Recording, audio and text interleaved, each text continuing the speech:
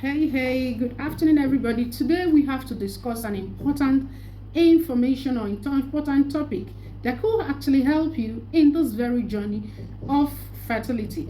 We want to talk with we want to talk on the issue that has to do with regular intercourse.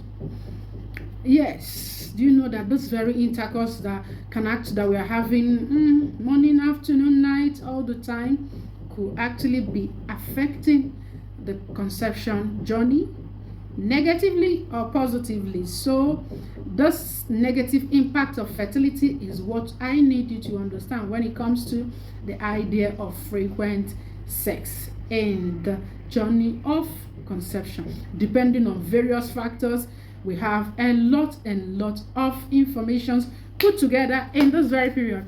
Now we have to gather. My man Ketida will always be saying, he's not been taking care of me, he's not been doing this, I need the sex money now, and that. Please, let's gather and then get this information and know if it can actually impact in your journey, and then you slow down or it will help you. Now let's go into that. If you're having positive effects, let's understand why. So increasing chances of conception can be regular sex, yes, understood, especially during the fertile windows that the woman is having whenever she's having her issues of fertility. Yes, you know that frequent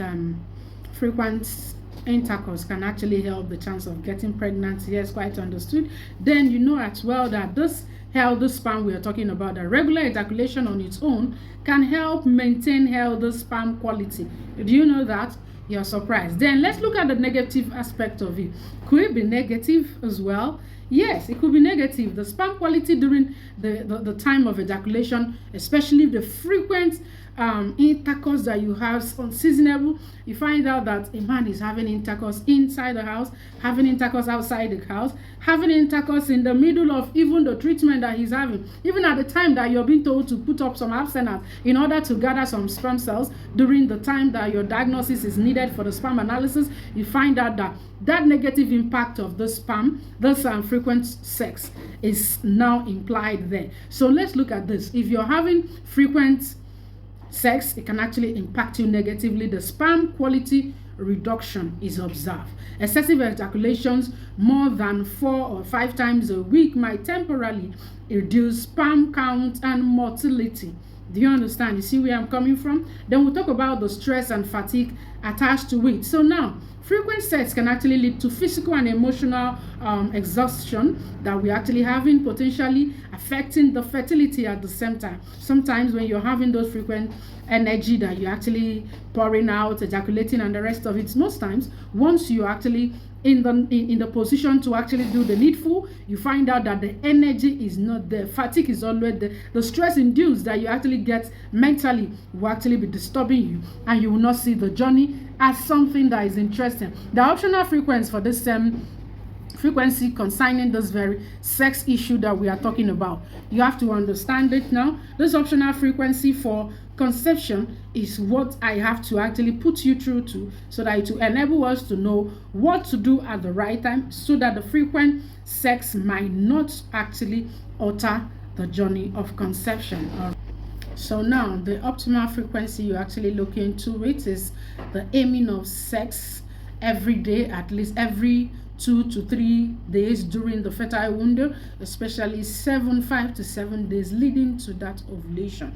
You actually watch yourself. Some equally have sex with their wife during menstruation. So please, we have to help ourselves in this very period to be able to help this optimal frequency that we need to equally lead to this very conception we are seeking for.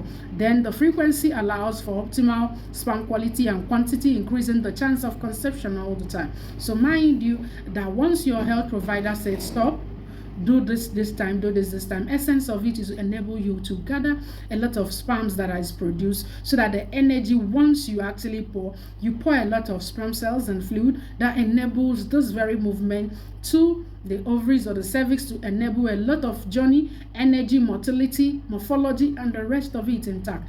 Even when this very analysis is to be observed through the laboratory, you understand, we'll be able to gather a lot of sperm count that will actually encourage what we are doing and not having a poor ejaculation or poor sperm count, then it's affecting you all the time.